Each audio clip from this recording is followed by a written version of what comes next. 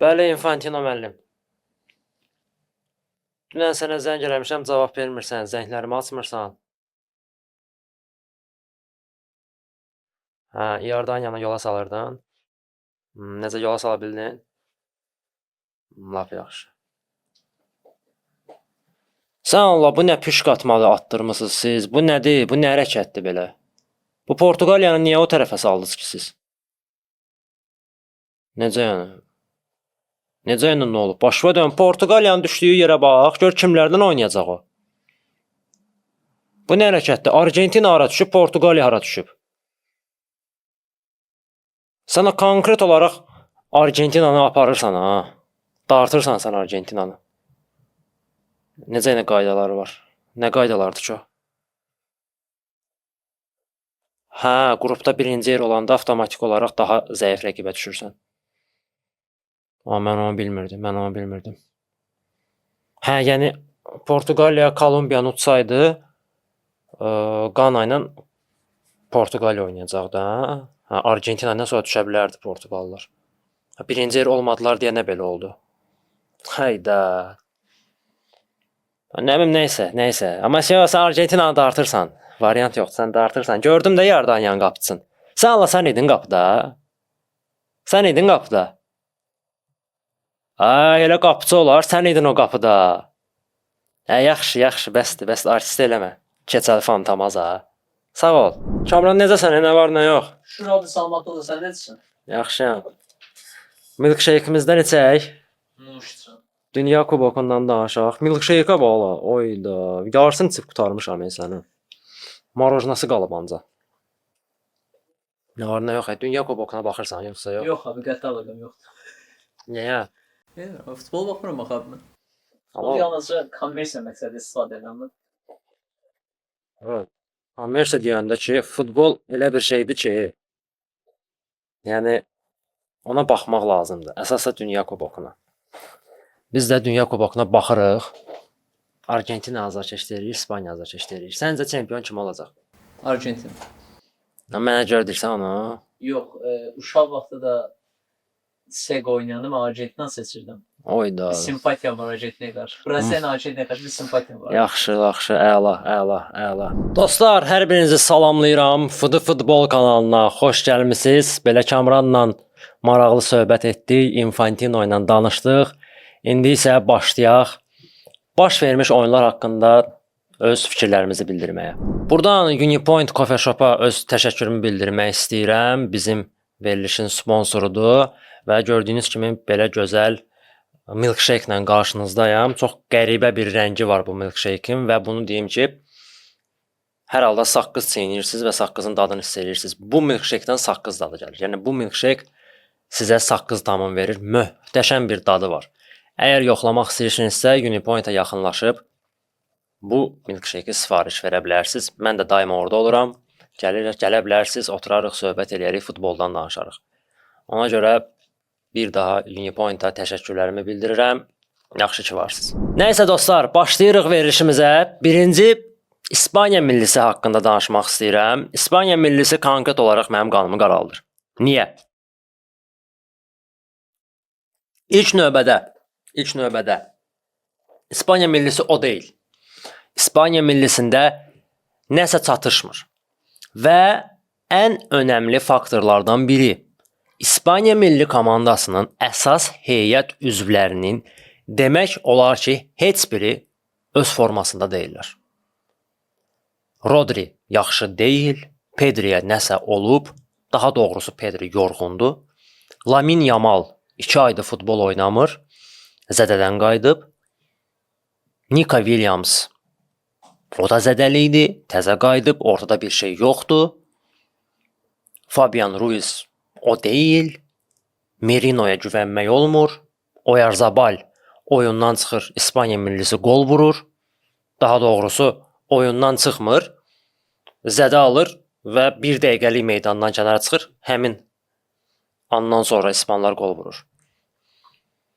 Bilmirəm, İspaniya milli komandasının baş məşqçisi De La Fuente nə etmək istəyir, amma İspaniyanın axırını yaxşı görmürəm mən. İndi görək play-offda İspanlar nə edəcəklər. Uruqvay ilə oyunda İspanlar mənim heç xoşuma gəlmədi. Anlayıram, indi Uruqvay millisinə qarşı oyun bir o qədər də önəmli deyildi. Amma komanda qalib gəlməli idi. Komanda normal futbol oynayaraq qalib gəlməli idi. Muslera'nın uşaq səhvindən istifadə edib qalib gəlmək İspaniya millisinə yaraşmaz. Oyun yox, məntiq yox, bir şey anlaya bilmirəm İspanlar nə etmək istəyir. Yəni mən İspaniyadan daha belə aktiv oyun görmək istəyirəm. Avro 2024-də İspanlar çox gözəl futbol oynayırdılar. Maraqlı futbol idi. Belə o milli adama həzz verirdi. Mən ötən çıxışda demişdim ki, Lamine Yamal və Nico Williams olmasa bu komanda batar. Və doğrudan da belədir.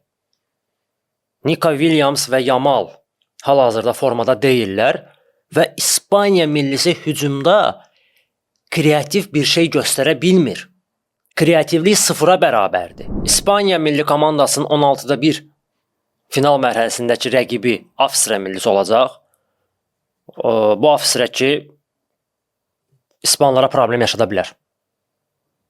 Mən rahatlıqla İspanların Avstriya üzərində qələbə qazanacağını düşünmürəm.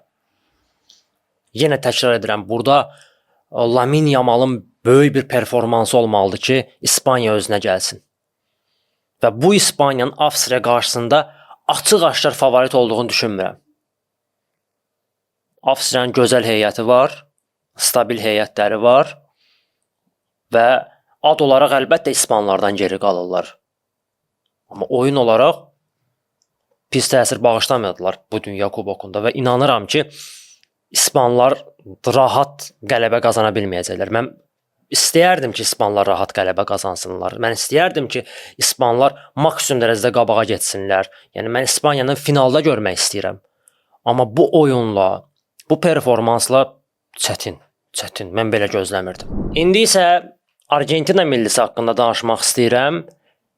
Belə bir şey deyim, Argentina milli komandası Dünya Kubokunun ən təcrübəli komandasıdır. İndi deyə bilərsiniz ki, bəs Fransa milli komandası Dünya Kubokunun ən gənc və ən güclü komandasıdır. Heyətində olan oyuncuların 80-90%-ı öz klublarının əsas fiqurlarıdır. Yəni Fransa milli komandasının heyətindən mən 3 milli çıxardaram. Hansı ki o millilər çempionluğu oynayar. Dəli heyətləri var. Və mənə görə Fransa turnirin bir nömrəli favoritidir. Bu sözsüzdür ki, belədir. Amma Argentina millisi öz təcrübəsi ilə, öz peşəkarlığı ilə yenidən çempion ola bilər. Argentina milli komandasının oyunlarına baxırıq. Ən azından bu 3 oyunu deyə bilərik.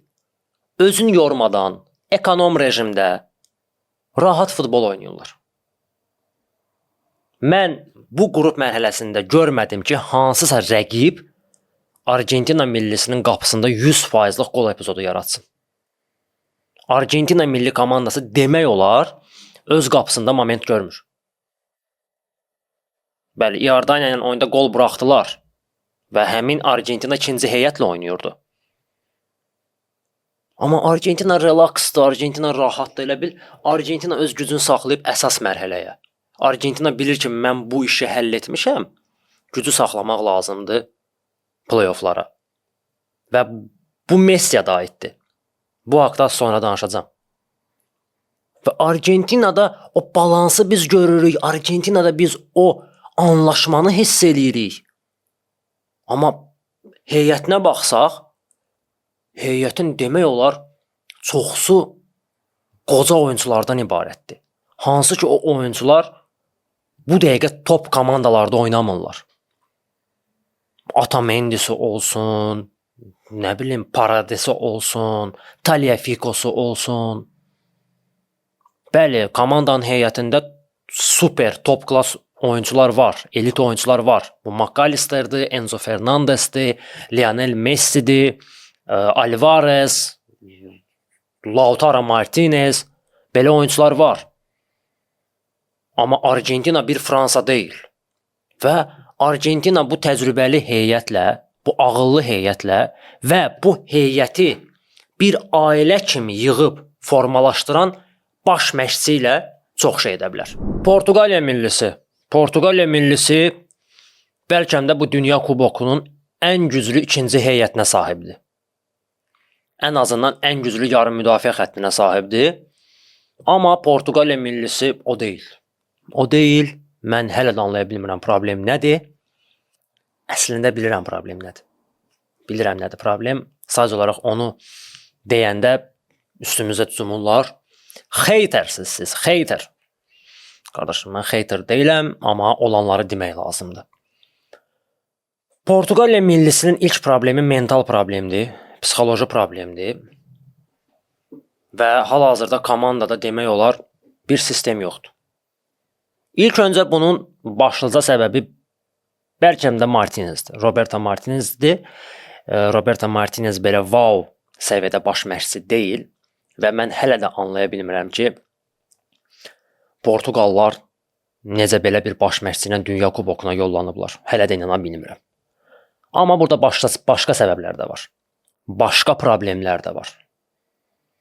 Gəlin mental tərəfi və görmədiyimiz tərəfi qoyaq bir kənara, gördüyümüz şeylərdən danışaq, futboldan danışaq, meydanda nə baş verir? Kolumbiya ilə oyunda əgər Luis Diaz biraz daha oyaq olsaydı, biraz futbola köklənsəydi və Kolumbiyanın hücum xəttindəki oynayan oyuncular Cordoba və Luis Suarez daha ağıllı olsaydılar, qapını yaxşı görsəydilər, Kolumbiya azı 2 top fərqi ilə qalib gəlməli idi. Kolumbiya möhtəşəm şanslar yaradırdı. Möhtəşəm. Sadəcə olaraq top qapıya girmək istəmirdi. Daha doğrusu Diego Costa qoymurdu buna. Və oyunun ən yaxşı seçildi adam. Oyuna baxdıqda biz xəttlər arası boşluqları görürük Portuqaliyada. Yəni Kolumbiya çox rahatlıqla hücuma keçə bilirdi. Çox rahatlıqla. Və problem bilirsiniz nədir? Kolumbiya 2-3 ötürməyə artıq Portuqaliyanın cərimə meydançasının içərisində olurdu. Bu Portuqaliya bu heyətlə belə şeyə icazə verməməlidir. Mən anlaya bilmirəm, bu nə rahatlıq idi Kolumbiyada. Bu nə özgüvən idi Kolumbiyada. Kolumbiya ilə belə rəqib deyil, əlbəttə Kolumbiya güclü rəqibdir. Amma Portuqaliyada oyuncular elə bil bilmirlər nə etsinlər, nəyə işləsinlər, kimin funksiyası nədir, kim nə etməlidir, onu bilmir elə bil. Sonra Ronaldo məsələsi. I am back qardaşım, I am back. Özbəkistanla oyundan sonra dağıtdı dünyanı. I am back. Lap yaxşı, çox gözəl. Amma niyə Kolumbiya ilə oyunda bu comeback olmadı? İndi mənə yenə deyəcəklər ki, sən hatersən. Okey, belə də olsun. Amma olanları demək lazımdır. İndi düşürük biz Roberto Martinez'in üstünə və Portuqaliya millisinin oyuncularına ki, problem təkcə Ronaldo'da deyil. Oyuncular da oynamır. Portuqaliya millisinin oyuncuları oynamır. Onlar Ronaldo'ya ötürmə eləmirlər. Onlar Ronaldo ilə düşməndilər. Niyə düşmən olsunlar ki Ronaldo ilə? Niyə düşmən olsunlar? Nəyə görə Argentina millisinin oyuncuları Messi'yə görə tüm verməyə hazırdır? Amma Portuqaliya millisinin oyuncuları Ronaldo'ya görə bunu etməyə hazır deyirlər. Səbəb? Bəlkə problem elə Ronaldo'nun özündədir. TikTokda bir dostumuz var, Vüsal adı. Manchester United azarkeşdi. Məni izləyir, mən də onu izləyirəm. O gün maraqlı bir video çəkmişdi Özbəkistanla oyundan sonra. Ki Ronaldo alternativ deyil, yox üzr istəyirəm, Gonzalo Ramos alternativ deyil. Ronaldo'nun bu halı belə daha təhlükəlidir. Bəli, təhlükəlidir, amma Özbəkistana qarşı. Və Gonzalo Ramos Ronaldo'nu əvəz edəcək və onun yerini tutacaq hücumçu da deyil. Razıyam, tam razıyam. Amma əgər Cristiano Ronaldo olmasaydı və bu milli bilsəydi ki, bizim heyətdə Gonçalo Ramos var, artıq milli və onun oyunçuları bu oyunçuya istinadən futbol oynayardılar. Ona öyrəşib futbol oynayardılar. Ona uyğun futbol oynayardılar. Psixoloji olaraq Ronaldo'nun təzyiqi və təsiri var bu komandaya. Ronaldo'nun statusu, Ronaldo'nun dünya futboluna verdiyi töhfə, onun yükü, mənəvi yükü Portuqaliya millisinin tarixindən böyükdür, qardaş. Oradakı oyunçuları demirəm, tarixindən böyükdür. Və əlbəttə ki, oradakı oyunçular, Vitinha'sı olsun, Bruno'su olsun, nə bilim Ruben Dias'ı olsun, fərq etmir. Hamısı təsir altındadılar. Bu adam nəsə eləmək istəyir. Bu adam nəsə eləmək istəyir. Gəl buna nəsə eləyək. Təsir var. Lionel Messi ilə Cristiano Ronaldo'nun fərqi bilirsiniz nədir? Və bilirsiniz nəyə görə Argentina millisinin oyunçuları Messi'yə görə can yandırırlar, ona görə ölməyə hazırdılar, amma Ronaldo'ya görə yox. Bilirsiniz nəyə görə? Səbəb sadədir. Lionel Messi Dünya Kubokunu özü üçün yox, Argentina və Argentina xalqı üçün qazanmaq istəyirdi. Amma Cristiano Ronaldo bu kuboku özü üçün qazanmaq istəyir. Onun o zəngin trofey kolleksiyasında bu trofey çatışmır və bu ona yer edir. Və Portuqaliya millisinin heyətində oynayan bütün oyunçular bilir ki, Ronaldo bunun üçün çalışır. Ronaldo'nun məqsədi o kuboku Portuqaliyaya gətirmək deyil. O özü üçün o kuboku qazanmaq istəyir. Fərq budur. Baxın, fərq budur. Bunu biz hamımız çox gözəl bilirik. Siu! Brat Ronaldo kimi eləyəmirəm mən. Nəzir o. Siu! Bunu eləməklə deyil, brat. I am back deməklə deyil. Ronaldo, sən çox böyük oyuncusan. Valla. Yenə də mənə deyəcəklər ki, mən Ronaldo heyteriyəm. Amma mən Ronaldo'nu çox sevirdim. Çox sevirdim Ronaldo'nu, valla. Amma Ronaldo öz reputasiyasını özü korladı. Samirin sözünə qüvvət, Ronaldo bir kraldı. Daha doğrusu kral idi. Çox gözəl vurğulayıb Samir bunu, super. Mən razıyam oyuna. Amma təəssüflər olsun ki, Ronaldo'nun son illərdə etdiyi hərəkətlər krala yaraşmır. Ronaldo özün şəhzadə kimi aparır. Ronaldo özün uşaq kimi aparır. Olğunlaşmamış bir yeniyetmə kimi aparır. Amma halbuki adamın 41 yaşı var. Cristiano Ronaldo'nun karyerasının əvvəlləri və ortaları məni sadəcə olaraq heyran edirdi. İndi Barsa azarkeşdə deyəcək, "Ola bu nə danışır ala?" Yox, bir Barsa azarkeşi olaraq məni heyran edirdi. Bəli, mən bunu boynuma alacağam. Nəyə görə? Çünki adamda olan əzm, adamda olan istək, adamda olan o disiplin məni ona aşiq edirdi. Bəli, mən Messi fanatıyam və Messi mənə görə başqadır. O başqa bir yerdədir. Adam bu dünyadan deyil. Amma Cristiano Ronaldo'nun öz üzərində işləməsi, özünə dəyər verməsi və uğurlara doymaması doğrudan da məni belə dəli edirdi, yaxşı mənada. Və sevirdim bu oyuncunu. Ta ki bu adam ağzını açana qədər. Ronaldo karyerasının son illərində, yəni son 6-7 ildə belə deyim, son 6-7 ildə Cristiano Ronaldo çox boş danışdı. Çox boş danışdı. Adam ilk öncə qızıl topun dəyərsiz olduğunu bildirdi. Nədir Lionel Messi onu keçdi qızıl topda. Və bildirdi ki, qızıl top meyar deyil. Və bu bizdən asılı olmayan bir tituldur. Yəni fərdi bir tituldur. Bu səs vermə əsasında olur və bu bizim əlimizdə deyil. Biz əgər öz gücümüzü göstərmək istəyiriksə, qızıl buts ilə mübarizə aparmalıyıq. Burada səs vermə yoxdur. Kim daha çox qol vurursa, o da qızıl butsu qazanır. Lionel Messi qızıl butsa da gəldi, Ronaldo'ya keçdi. Ronaldo qızıl butsu da aşağıladı. 2021-ci ildə Cristiano Ronaldo belə bir müsahibə verdi ki, Dünya Kubokunu qazanması üçün hər şey eləməyə hazırdır. Və bu kuboku qazanmağı üçün hər şey edəcək. Canını belə verməyə hazırdır. Hər şeyimiz var, bir dünya kubokumuz yoxdur. Döyüşəcəyik, mübarizə aparacağıq. Okey, razıyam. 2022-ci ildə Lionel Messi dünya kubokunu qazanır. Adam dünya kubokunun sadəcə olaraq 7 oyundan ibarət bir oyun olduğunu bildirir.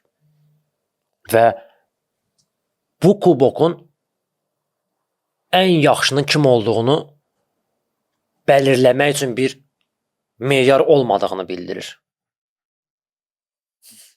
Əslində o sözündə həqiqət var. Yəni dünya kubokunu qazanmaq 7 oyundan ibarətdir. Bəli, qalib gəl qazan. Amma bunu Lionel Messi edəndən sonra demək biraz düzgün deyildi. Lionel Messi bu kuboku qazanandan sonra onu demək biraz gülməli səslənir. Artıq bəhanə kimi səslənir. Adam deyir ki, Cənubi Amerika qitəsində cəmi 2 milli komanda var ki, futbol oynaya bilir. Yəni iki milli komanda tanıyıram. Argentina və Braziliya. Amma o gün Kolumbiya ilə oyundan sonra deyir ki, Kolumbiya çox güclü və əzmkar komandadır. Nə bilim. Adamın Cənubi Amerika komandalarına qarşı 11 oyunu var, 2 qolu var deyəsən cəmsi. 2 qol, 1 asistlə oynayır. 11 oyuna 2 qol, 1 asist. Niyə belədir bəs? Yox. Liechtenstein, Lüksemburg yoxdur orada. İsveç yoxdur orada. Nə bilim, Andorradır, kimdir yoxdur orada. Ronaldo belə sözlər danışmamışdan əvvəl bir özü baxsın, görsün ki, ən çox qol kimə vurub milli komanda heyətində. Sonra Cənubi Amerika komandalarına irad bildirsin ki, bunlar zəifdir. Yəni belə absurd şeylər deyir. Sonra adamlar deyir ki, bu adam əfsanədir, bu adam quatdır. Onun oyunu, onun futbolu möhtəşəm olub vaxtı ikən. Amma onun danışığı, onun hərəkətləri əlbəttə əfsanə hərəkəti deyil. Uşaq-uşaq arqumentlər gətirir. Və uşaq-uşaq bəhanələr tapır hər şeyə. İndi bəzi Ronaldo azarkeşlərinə aiddir bu. Onlar elə arqumentlər gətirirlər ki, yəni mən deyirəm ki, elə Ronaldo azarkeşi belə olmalıdır, belə danışmalıdır deyəsən elə. Yəni çünki Ronaldo özü də belə danışır. Hər şey qol, əlaya super. Mən Ronaldo heyteri deyiləm. Prosta Ronaldo'nun elədikləri bəzən gülməlidir. Və Messi'nin adı belə şeylərlə hallanmır. Messi sadədir, təvəzzükardır. Ona görə sevirik biz onu. Messi'yə siu lazım deyil. Siu. Messi'yə siu lazım deyil. Messi hər şeyi meydanda görsədir. Messi deyir ki, qardaş sən 90 dəqiqə oyna, mən 30 dəqiqə oynayım, yenə də mən üstünəm.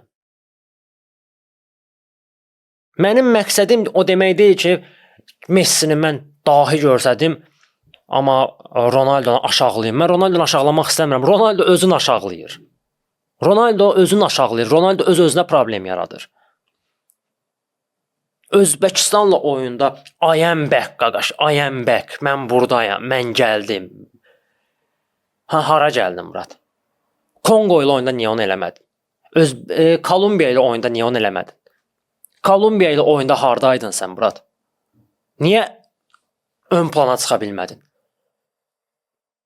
Özbəkistanla oyunda Bruno, Vitinha zor oğlanlardı, amma Kolumbiya ilə oyunda Bruno ilə Vitinha cındırdılar.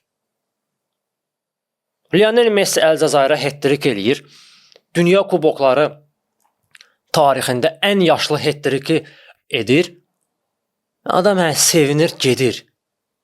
Problem də Messi'də budur. Problem Messi'də budur ki, Messi heç vaxt belə egoist hərəkətlər eləməyib. Valla o az da olsa egoist olsaydı, Lionel Messi'də cüzi egoizm olsaydı, yəni onun yanında heç bir at hallanmazdı. Belə dostlar, millilər haqqında danışdıq, öz fikirlərimi bildirdim. Keçək sevimli komandalarımıza. Barcelona və Real Madrid haqqında danışmaq istəyirəm. Julian Alvarez. Hay Allah. Bu saga nə vaxta kimi davam edəcək? Bu məsələ hara kimi uzanacaq? Atletico Madrid oradan Barsanı məhkəməyə verir. Dostlar, belə bir şey deyim. Bəzi Atletico Madrid azarkeşləri mənə yazır ki, sən Atletico-nu təhqir eləmisən. Sən düz fikirləşmirsən. Atletico Madridin haqqıdır ki, Alvarez'i satmasın.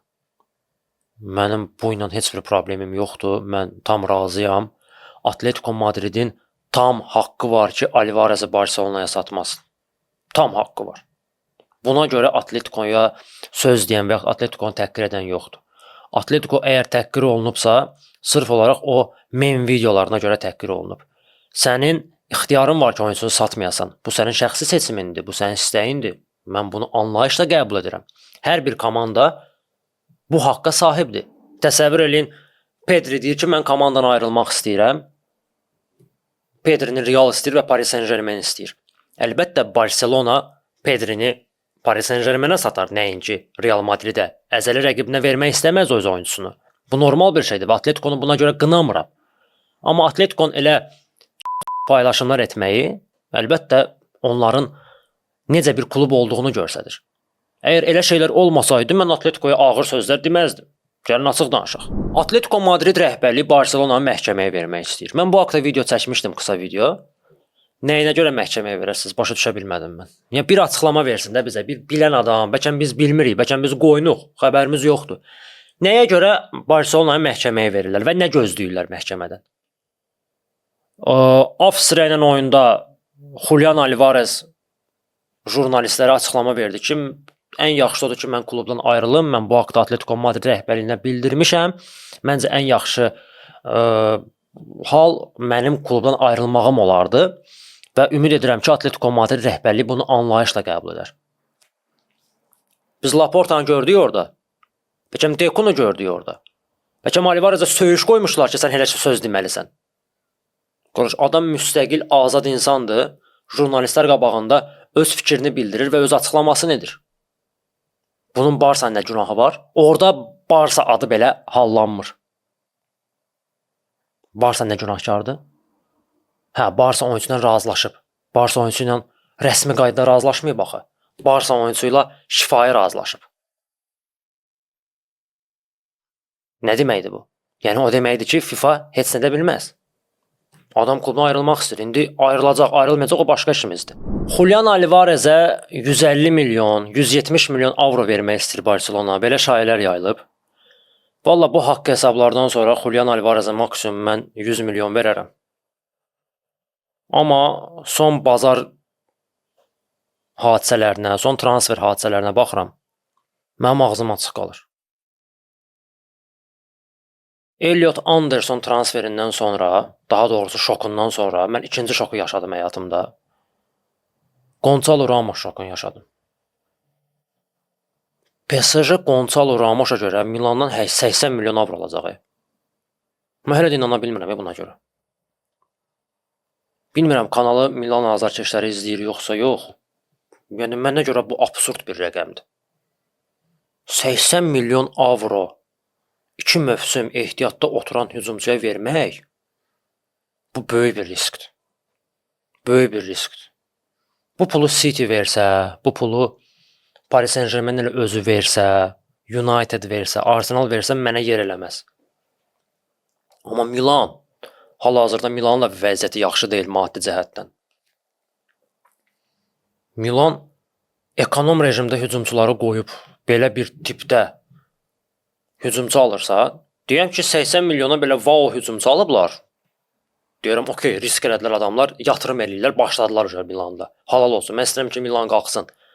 Amma Gonçalo Ramos'u 80 milyon avroya almaq biraz nə bilim, mənə absurd gəlir. Onun maksimal qiyməti 35-40 milyon deyə, maksimal qiyməti. Adam 2 mövsüm zapasda oturub ancaq. Millidə belə oynamır adam. Ötən mövsüm 10 oyuna çıxıb, neçə oyuna çıxıb mən dəqiq bilmirəm, qol sayını da dəqiq bilmirəm. Amma yəni bilirəm ki o deyil də bu adam, 80 milyonluq oyuncu deyil bu adam.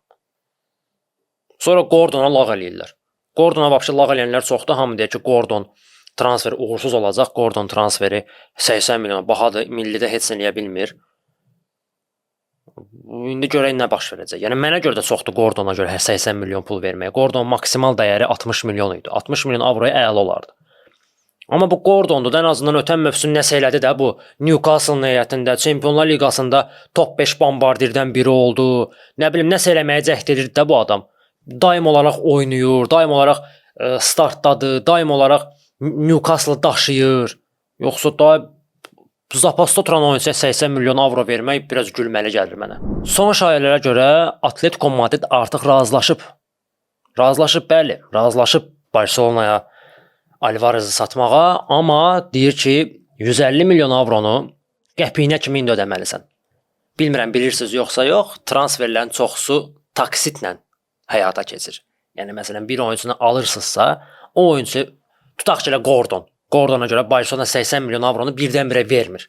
Bu hissə olur. 3 ilə, 4 ilə 20 milyon bir verilir, 20 milyon bir və belə-belə bölüşdürülür. Amma Atletico Madrid belə istəmir. Deyir, verirsənsə 150-ni bu dəqiqə doğ. Doğmursansa satmıram. Yəni artıq Atletico Madrid də deyəsən öz prinsipindən əl çəkir, çünki görür ki variant yoxdur. Adam Barsanı istəyir. Adam PSG-ni istəmir. Arsenalı istəmir. Realı istəmir. Heç kim istəmir, ancaq Barsanı istəyir. Və özü də bildirib ki, mən komanda qalmaq istəmirəm. Burada Atletico Madridi iki seçim gözləyir. Ya Barcelonaya buraxacaq Alvarez'i, ya da ki salacaq dubl heyətinə, yəni əvəzedici heyətə salacaq, oyunlara salmayacaq və adamın böyük maaşını verəcək. Bu qədər sadə. Yəni iki seçimdən birini eləməlidir. Bu seçimi eləməyə, ikinci seçim eləməyə daha doğrusu lazımdır. Bu da Atletico Madriddə yoxdur. Nəyə görə? Çünki Argentina Futbol Federasiyası Atletico Madridin başına itin oyun açar. Çünki Alvarez kimi oyunçunu əvəzedici heyətə salıb onu oynatmamaq Argentina millisinə birbaşa təsir göstərə bilər. Çünki Lionel Messi böyük ehtimalla karyerasını bitirəcək millidə və Alvarez kimi oyuncu əsas fiqur olmalıdır o millidə.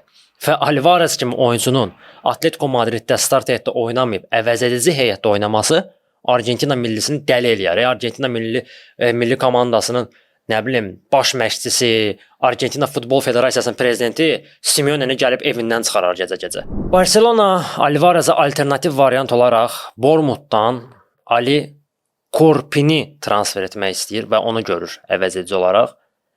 Oyunçunun oyuna baxdım. Çox gənc oyunçudur, 21 yaşı var. Fransızdır və deyilənlərə görə çox potensiallı bir oyunçudur. Adam sürətlidir, adam mövqe seçimində idealdır, bitiriciliyi superdir. Amma beyni Barsa beyni deyil. Bilmirəm, gəlsə Barcelonaya o Barsa DNA-sını götürə bilər, yoxsa yox. O sualdır. Amma potensial olaraq, istedad olaraq oyuncuda nəsə var. Və Bournemouth ona görə 70 milyon avro istəyir. Bəziləri artıq deyir ki, Barcelona Alvarez'in imtina edib onu almalıdır. Amma yenə də mən Alvarez'də qalmışam. Alvarez mənim üçün bir nömrəli seçimdir. Baxmayaraq ki, indi Argentina millisində bir o qədər də yaxşı oynamır. Amma Alvarez Barsaya ən uyğun namizəddir. Korpi transferi pis olmazdı. Əgər komandanın pulu varsa və komandanın əlində şans var ki, Ferran kimi rəxəti satıb elə bir oyunçunun, perspektivli oyunçunun komanda gəlsin, niyə də yox? Ona görə də pis deyil əslində, yaxşı seçimdir. Amma nəzərə alsaq ki, iki hücumçu birdən belə alınmayacaq. Barsada o 4 yoxdur ki, Barsa elə bir şey eləsin. Amma hər şey ola bilər. Görək sonu nə olacaq. Bizə əsas müdafiəçi lazımdır. Müdafiəçi ilə bağlı sözlər yayılmır. Hamı Araujo'ya güvənir. Filik deyirdi ki, Araujo ən azından Uruguay millisində yaxşı oynayar Dünya Kubokunda. Satıb eləyər yon kiməsə. O da oynamadı. Uruguayda necə gəlsə də getdi. Prosta belə bir təklifim var. Milan, bəlkə Ferranda bir göz yetirəsiz. Hə, Milan. Belə görürəm, kassanın ağzını açmısınız. Gonçalo Ramos'a 80 verirsinizsə, Ferrana göydə 50-60 verərsiniz də siz. Ürəkli oğlansınız siz, brat. Bu Ferranla maraqlanın. Maraqlanın bu Ferrandan, yaxşı oğlandır. Ən azından ötən mövsüm Gonçalo Ramos'dan daha çox qol vurub və daha çox asist edib. Real Madrid haqqında danışmaq istəyirəm. Real Madrid transfer pəncərəsini partladı bu şey. Baxmayaraq ki, transfer pəncərəsinin bitməsinə 2 ay var. Amma Real Madrid artıq 4 transfer edib. Möhtəşəm transfer edib, komanda yenidən qurulur. Amma hələ satdığı oyunçular yoxdur. Bir dənə Sebalios'dan sağollaşdılar, onu da azad agent kimi dedilər, sağ-salamat, müqaviləyə xitam verdilər ki, get. Mourinho maraqlı açıqlama ilə yadda qalıb. Mourinho'ya sual veriblər ki, Real Madrid oyunçularına nə arzulaya bilərsən? O da cavabına qayıdıb deyib ki, istəyirəm ki, ən tez bir zamanda milli komandaları Dünya Kubokundan uzaqlaşsın və qayıtsınlar Real Madridəki məşqlərə başlayaq. Adam temadı da Allah haqqı. Bu sözü ancaq Jose Mourinho deyə bilərdi. İnandırım sizi, bu sözü, bu fikri Xabi Alonso və yaxud Arbeloa və yaxud qeyri birisi bildirsəydi, Florentino Perez həmin adamın nə deyim də, yəni 7 əcdadını düzərdi stroya. Amma Mourinho olar. Mourinho buna görə gəlib Reala, buna görə. O sözləri deyə bildiyinə görə gəlib Real Madridə. Və Mourinho'nun üstünlüyü budur. Mourinho xarizmadır, Mourinho alfadır. Mən yenə təkrar edirəm, bəzi Real azarkeşləri var və bəzi başqa klubların azarkeşləri var ki, Mourinho'nun gəlişinə lağ eləyirlər. Lağ eləyənlər var hətta. Lağ ediləsi hal deyil. Mourinho getdiyi hər bir klubda uğurlu olub, qardaş. Hər bir klubda uğurlu olub. Hər bir. İndi Fenerbahçeyə lağ eləyirlər. Brat, Fenerbahçedə kim uğurlu olar indi? Başımıza dönüm. Fenerbahçenin heç. Necə deyim? Özü uğursuz klubdur. Brat, ora qara bir klubdur. Yəni, düzəlmir o klub. İndi Aziz Yıldırım gəldi, görək o nə edəcək? Yəni, Mourinho'luq bir şey yoxdur, brat. Mourinho ideal məşqçidir hal-hazırki Real Madrid üçün. Real Madriddə daxili xaos var. Yəni, Razdivalkada xaos var. Real Madrid kökündən xaotik bir komanda olub. Amma Real Madrid xaosu Razdivalkada yox, meydanda göstərirdi.